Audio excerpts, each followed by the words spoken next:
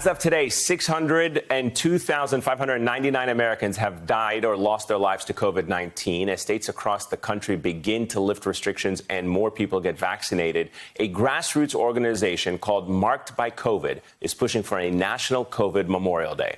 One of the founders of Marked by COVID, Kristen Urquiza, spoke about the loss of her father back at the DNC convention in 2020. I'm one of the many who has lost a loved one to COVID.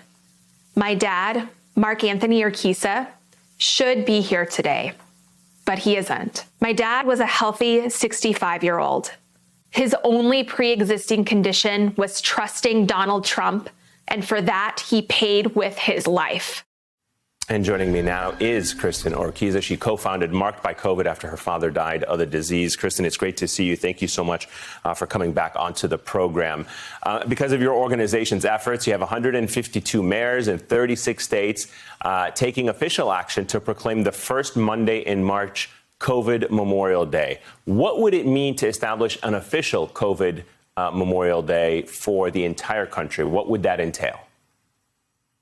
It would mean a lot to people who've been severely harmed or impacted by COVID.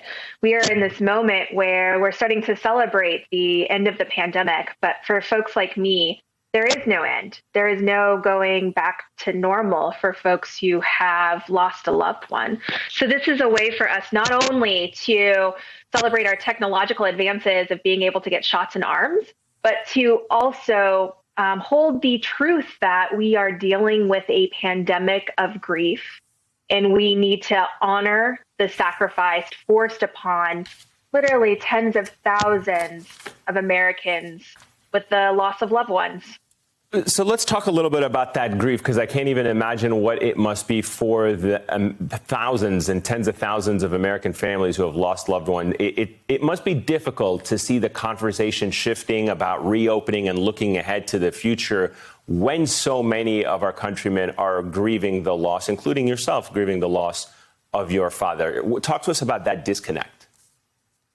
It's huge, and it's only pushing us further into the shadows.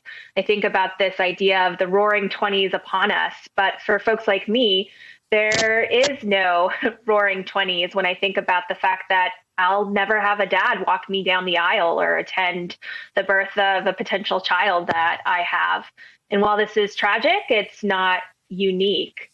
Far too often, policy failure and leadership failure is hidden in private grief. And part of what Marked by COVID has done is allowed people to just be honest with how we're doing. And that's why we're calling for an official COVID Memorial Day, so that we can heal as well as grieve. And speaking of healing, what do communities need to be able to move on from COVID, not only mentally, but as you mentioned, in terms of concrete resources to compensate those who have lost loved ones? We're only beginning to learn the ongoing impacts of this pandemic to people who've lost loved ones.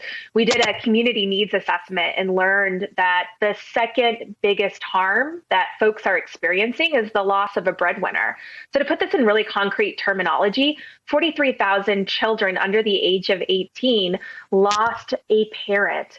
Are we prepared to allow this tragedy to be shouldered by these kids in potential long-term financial ruin?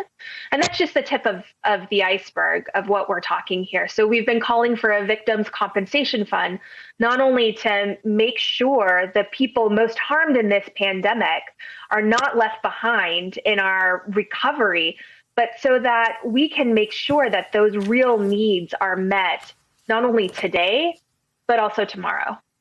All right, Kristen Urquiza, thank you so much for joining us with that, and appreciate your insights as always.